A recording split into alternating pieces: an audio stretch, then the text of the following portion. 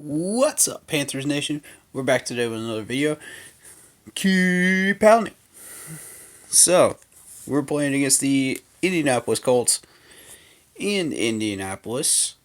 And, I started looking at the depth chart for the Colts. You got Jacoby Brissett, T.Y. Hilton, Marlon Mack, Zach Pascal, and Jack Doyle. Not real impressive when you really look at it. I'd say probably the best player on that offense is probably T.Y. Hilton. Um, Owen Mack may get some pretty good carries, but that's really it.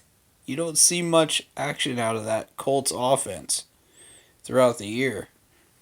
Pascal might get some catches every once in a while, but nothing to write home about.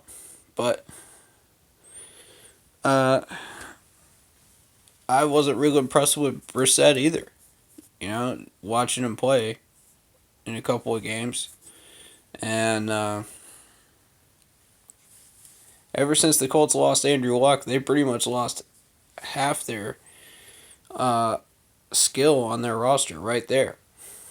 Because Andrew Luck was probably the closest thing that they will have to making the playoffs. And now that he's gone, it's just like, okay, what do we do now as a franchise? We've got some playmakers, but, how far can Brissett carry us? So, taking that into consideration, they don't have that much of a pass rush. They don't have much of a defense that really scares people in the NFL. You can adjust to it.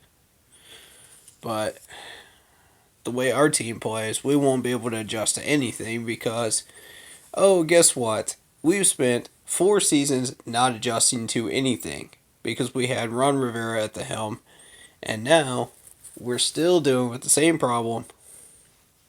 Can't adjust to anything. I don't think fuel's the answer either, to be honest with you. I see some good qualities, but I don't see enough to justify him being the next head coach. In my opinion, he's a good game manager, but most coaches are. And, when you really get right down to it, it's an improvement on Ron. It is. In a few different areas, and I'll touch on that in a different video. But, I don't think he's the answer for our long-term future. That being said, we're still tanking out. That's still the plan. We got 2 games left. We got the Colts and we got the Saints for next week. So, playoff teams are pretty much set. You got the Niners leading the NFC again this year. Finally, after years of being under the radar and just an all-around garbage team, they're finally back. And they're taking some names. And they're taking care of business. They beat the Rams today. On Saturday when I'm recording this. Technically, this will go out on Sunday morning before our game at 1.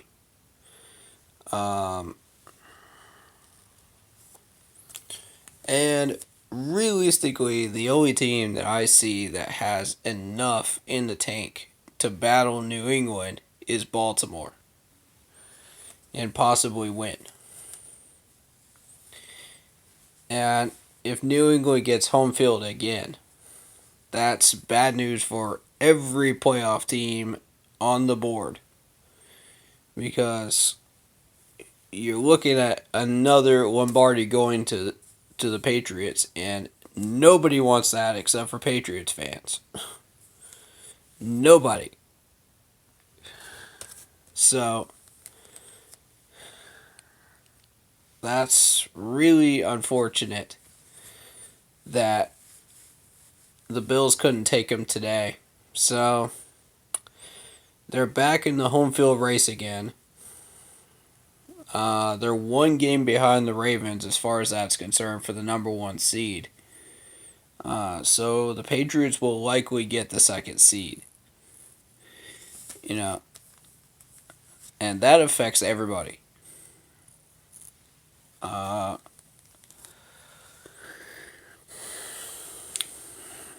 it's just frustrating to me, as a Panthers fan that does not like the Patriots at all, that no one has been able to shut them down. But I'm going to digress from that because this is a Panthers stream. This is a Panthers YouTube channel. This is Panthers content. So we're going to get back to it. And this week we learned that Will Grier will get the starting job. Finally. We're going to see what this guy can do. My point being, though, that it doesn't matter who we have behind center. If we don't fix that offensive line this offseason, QB position is a moot point. It's a moot point. Whoever we put back there is going to get put on a stretcher or in a wheelchair if we don't fix that line. Marty, that's on you.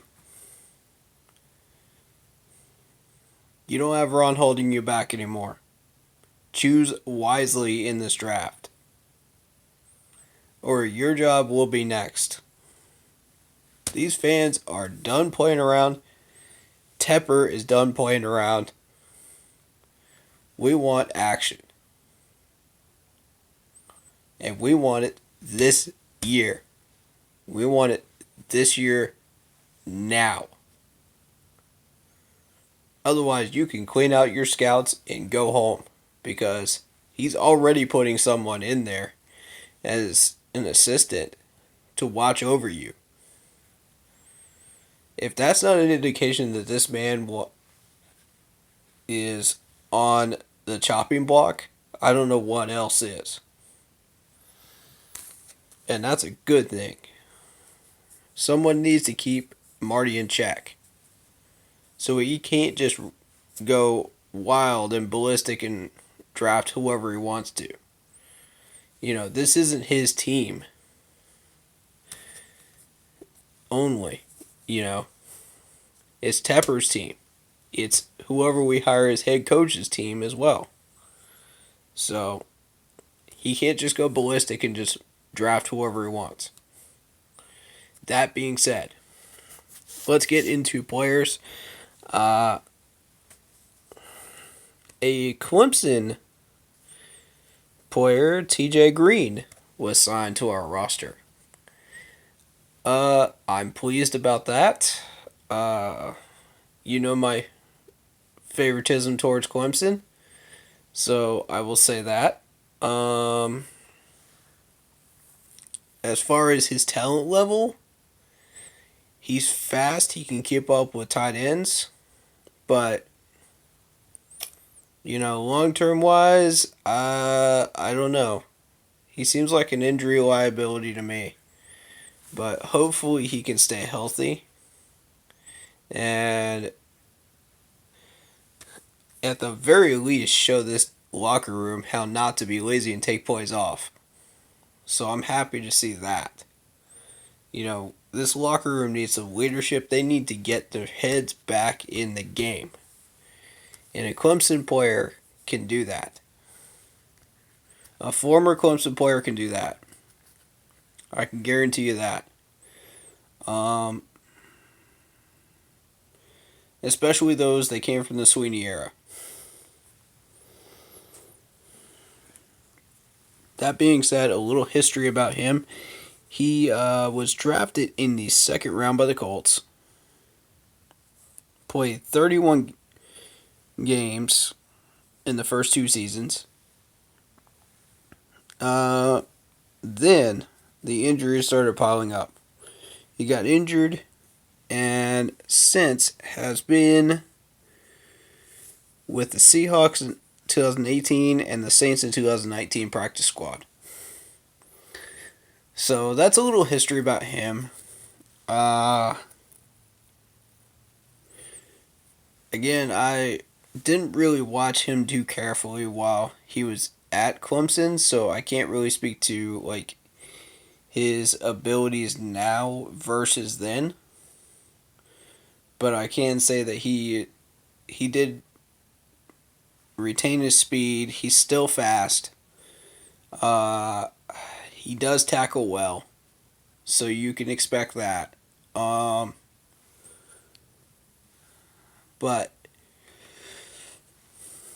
he was originally drafted as a defensive back, and I think the Colts tried to make him into a corner, if I'm correct about that.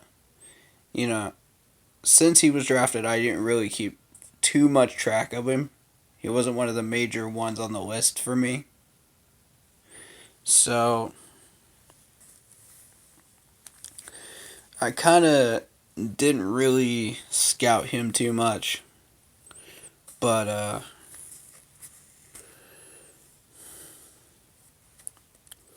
I am excited to see what he can do and what he can bring to this team. Um, so, what do we have in store for us this Sunday against the Colts? Well, to be fair, I have no idea. I've watched two games and of the Colts, and as inconsistent as they are, I couldn't really pick up on too many consistent tendencies.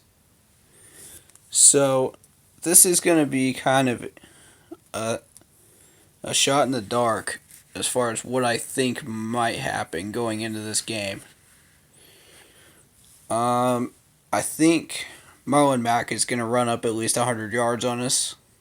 That I can guarantee you because of our run defense. That's 32nd in the league. If it isn't, then it should be. Statisticians take note. Because if that's wrong, get on these people that are putting these rankings out for these players. Make it known.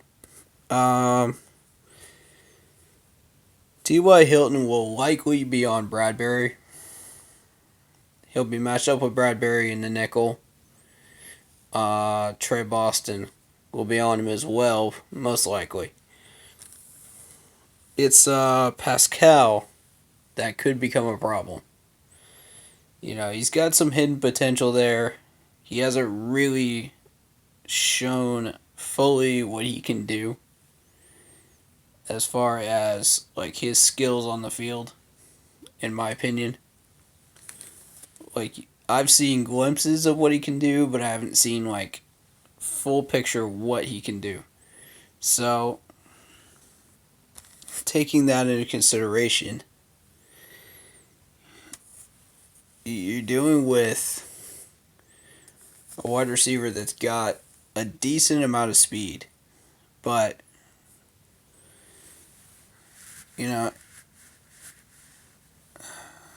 I don't want to speak too much on him of stuff I don't really have full knowledge of, so I'm not going to delve into that or dive into that too much. But because what I would have to say is purely opinions at that point. So until I've really fully scouted him and seen him play a couple more games consistently, then I can properly tell you how good or not good he is in certain areas. But Jack Doyle, we gotta watch out for him in easy short 5 yard passes over the middle. Because now that we don't have Shaq in, maybe that's a good thing. Maybe it's not. We'll see. But Shaq had his good moments. He had his bad moments with coverage this year. Mostly not good ones. But, he started turning it up lately, though. And it's not a good thing that he's hurt and not in this game. So, because of the fact that he's played so well lately. I'm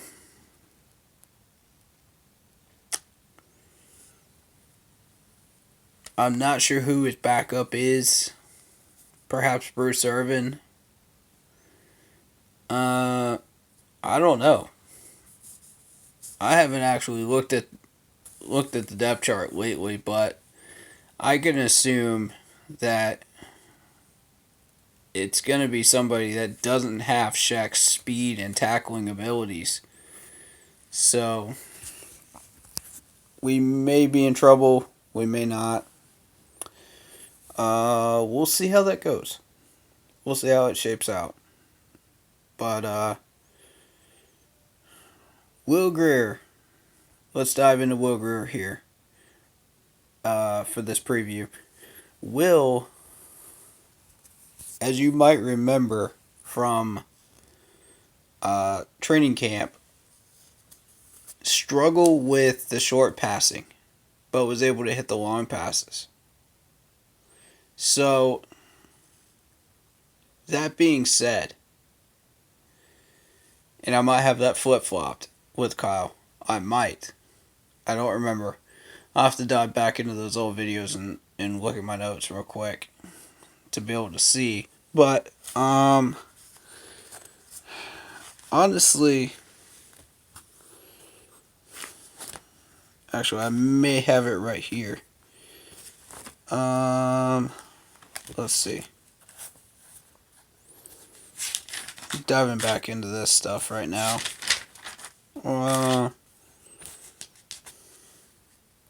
These are the preseason games. Let me see if I can dive back into my training camp notes.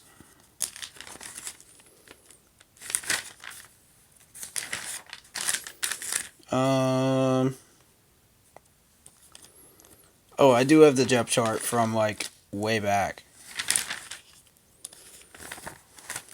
But I'm sure that's changed a lot now. Yeah, it looked like I had it right. As far as I know.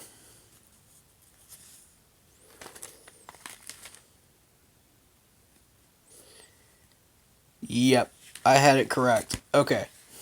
So, I did have it correct originally.